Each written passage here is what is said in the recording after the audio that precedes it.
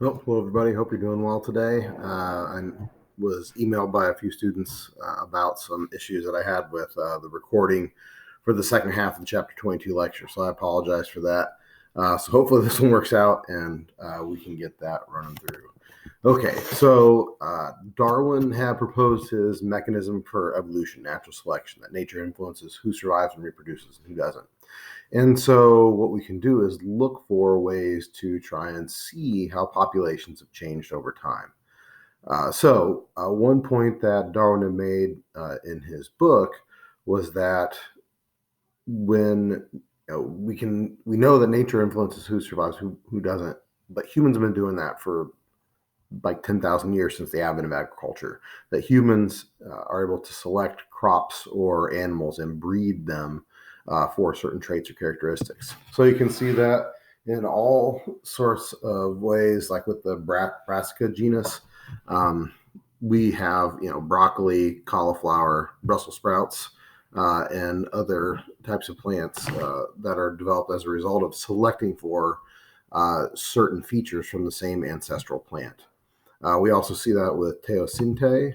That is the ancestral plant that gave rise to the modern corn that we consume today. Teosinte had far fewer kernels and they were much harder. But again, they were bred for more kernels in the cob and softer kernels. So over time, we've been able to make substantial changes, or humans have made substantial changes to corn. Let's see. Another fascinating example is this fox experiment in Russia that took place over like 30 or 40 years. What they did was they took a fox population and they selected for sort of docile behavior. So they picked foxes that were the most tame and interacted the best with people. And with each generation, they bred those foxes.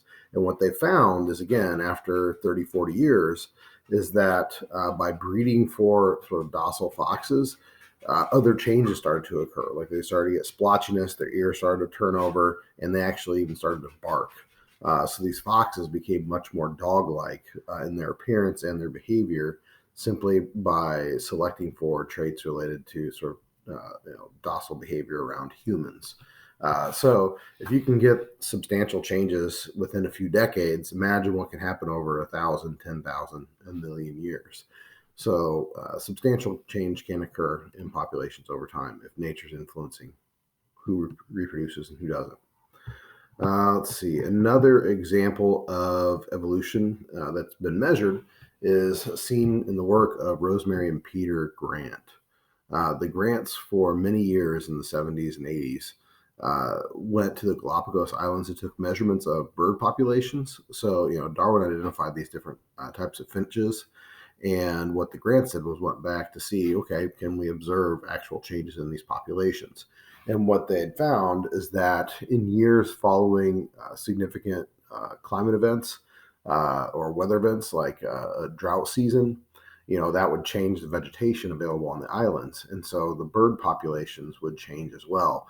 Birds that had beaks that were well suited to the availability of certain types of foods were more likely to survive and reproduce. So changes in beak depth would occur within these populations following years when, again, you'd have changes in the weather.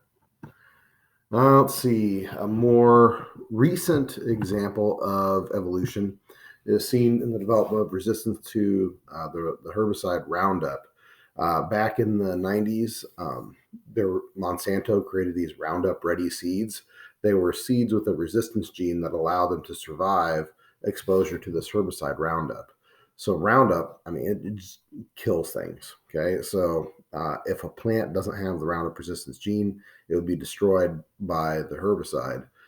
So it was great for getting rid of weeds in fields.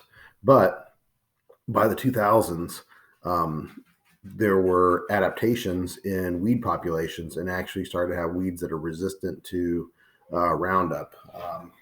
Probably 5 or 6 years ago, I had a student who was from, I think, Alabama, and he talked about how in the fields they would have to go and pull like pigweed by hand because it was resistant to the Roundup. So populations can adapt to sort of pressures, selective pressures that are placed on the population, whether it's by nature or it's by humans. We also see that with development of multi-drug resistant antibiotics. So MRSA is like methicillin-resistant Staphylococcus aureus. So it's a bacterial infection that's caused by bacteria that can resist methicillin, certain type of antibiotic. So now, we're starting to see multi-drug resistant antibiotics or multi-drug resistant bacterial populations because natural selection is advantaging those bacteria that can develop resistance genes. And of course, with horizontal gene transfer, they can pass that to neighbors and pass it on to their offspring. That's why when people are given antibiotics, they're strongly encouraged, okay, even if you're feeling better, continue to take the antibiotic until it's gone, because you want to kill off the bacteria and not provide opportunity for mutation to occur and develop antibiotic resistant bacteria. Let's see. We also see some evidence for evolution in some transitional species. This is Tiktaalik. It's sort of a fascinating organism. Fossilized remains have been found in like eastern Canada or near the Arctic Circle in Canada. And I actually had a former student who was in a program in college where they were able to go and do some digging during the summers with that. But anyway, this particular organism had fish-like qualities like scales and gills and that kind of business, but its neck and limbs were built more like a terrestrial animal. So it could walk or move on these limbs on land.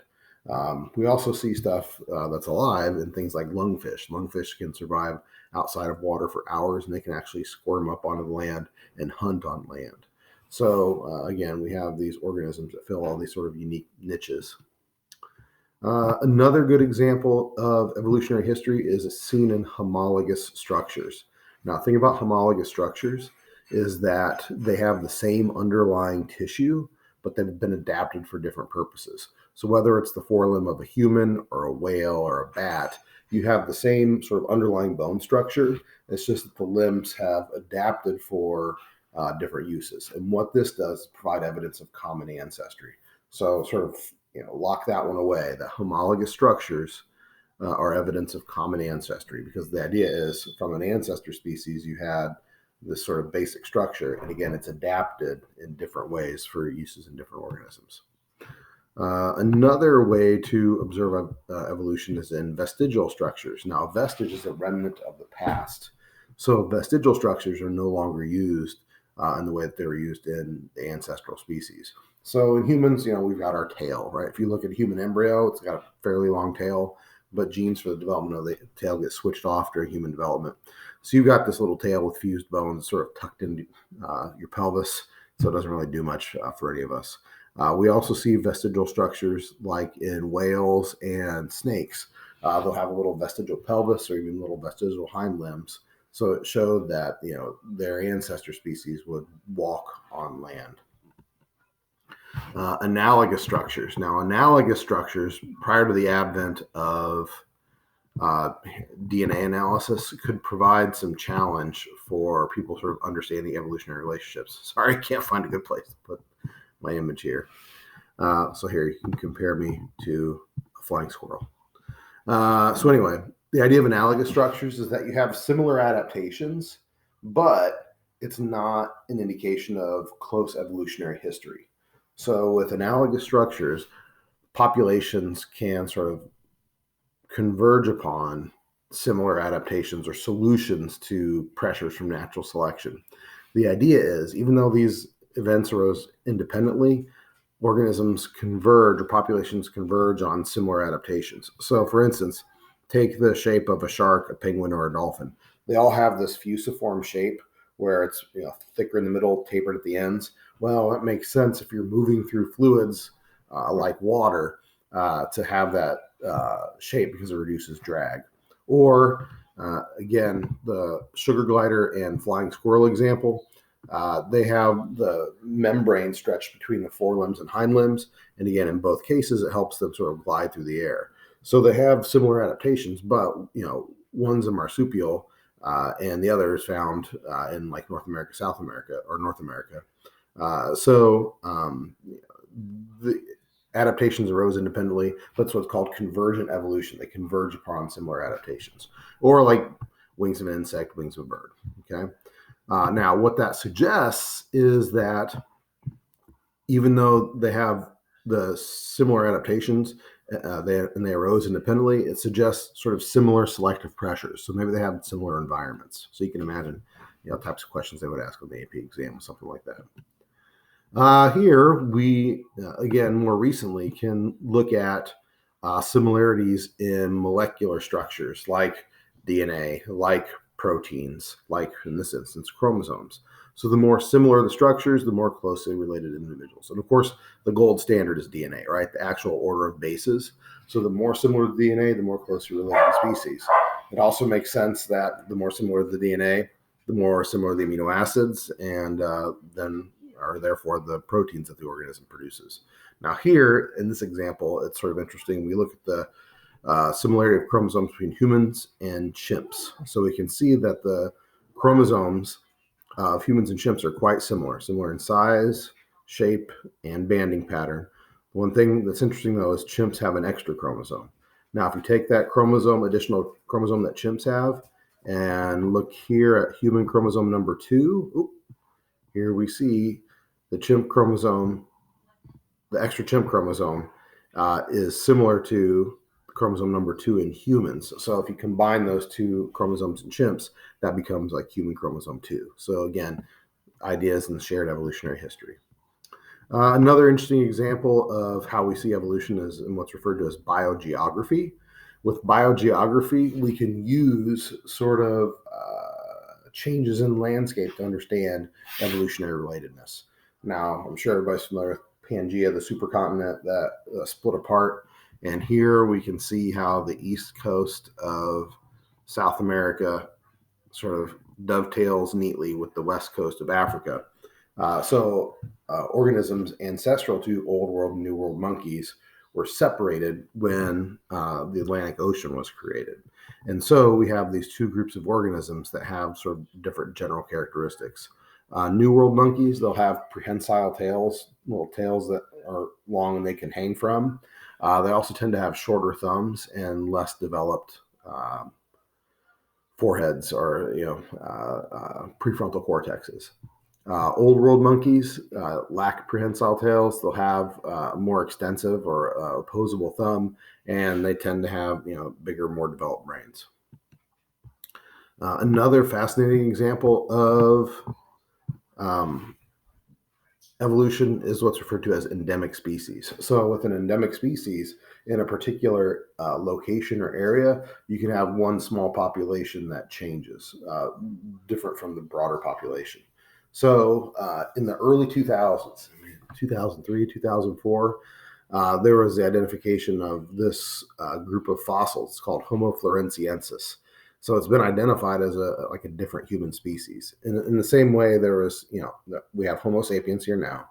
There also used to be Homo erectus and Homo neanderthalensis, like Neanderthals. But here we have Homo floresiensis is found on a single island in Indonesia, the island of Flores. This population, maybe it was like 7 skeletal or fossilized skeletons. They have all the proportions of a modern human. It's just that they're 3 feet tall. Okay, so they look like modern humans, but it's a population of people that are all just a meter tall.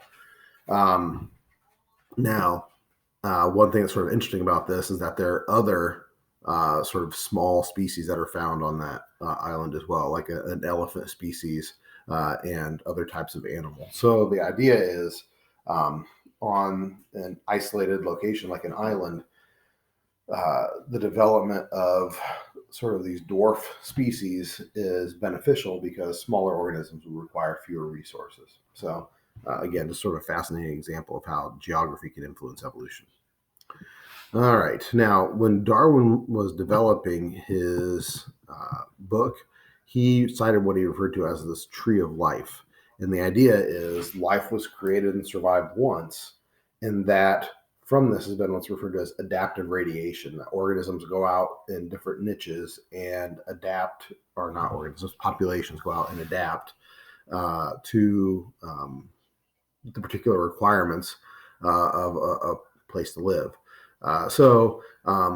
Common ancestry is an important theme in biology. What it does is it helps us understand the unity of life, that all life is related, and the diversity of life, that life has changed in order to be better adapted to the particular circumstances that populations face. So we see similarities in metabolic processes like, everybody doing glycolysis. We see similarities in cell structure. So think of like a nucleus in eukaryotic cells, things of that nature. And of course, stuff we talked about with DNA, chromosomes, and proteins or amino acid sequences. All right, so just a quick rundown of big ideas from chapter 22. Mutation is important, right? Because mutation alters DNA.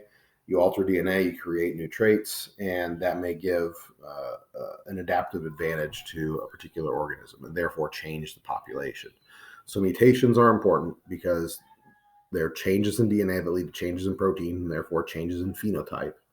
And it's a change that can be passed on from generation to generation. Natural selection is going to influence, nature's going to influence what organisms survive and reproduce. So over time, the population will become better adapted. And natural selection is about the population changing, not the individual. Another important feature of natural selection is that it's not some pursuit of perfection. It's about survival. In humans, having your trachea in front of your esophagus and sharing sort of a common passageway in the back of your throat creates lots of problems, right? People choke to death every year. So in terms of, natural selection creating the best possible organism, it's more about creating someone that's going to survive, right? So natural selection is not driven to sort of experience or cause perfection in populations. It's there for survival and reproduction. Let's see. Other ideas. It's populations that evolve, not individuals. Again, individuals survive or die. Individuals reproduce or don't. It's the population that changes over time. And so since the population is made up of basically survivors, over time the population becomes better adapted to the environment. Now, that said, environments change, right? We happen to be living during one of the most stable periods of time in the climate in Earth's history. So we are living during a very nice, stable time in terms of, temperature, precipitation, stuff like that. Remember, we're just coming off the heels of like 10, 15,000 years ago, an ice age. So we're living with pretty good conditions right now. And of course, the environment may change. In the next, I think it's 250 million years, there's going to be movement in tectonic plates and creating a supercontinent referred to as Amasia, where parts of the Americas and Asia will join to form a huge landmass. So you better believe if the environment's changing that substantially, there's going to be some changes in populations of organisms as well. All right. So evolution, it's important, right? It helps us make sense of how we got here, how we're related, and why we're different. So I like to save it for the end of the year because it ties together everything we've learned, everything about DNA and protein synthesis and operation of cells, all ties back to this overarching influence on how life is and how life will be. All right. If you have questions, let me know. Otherwise, have a great day. Thank you.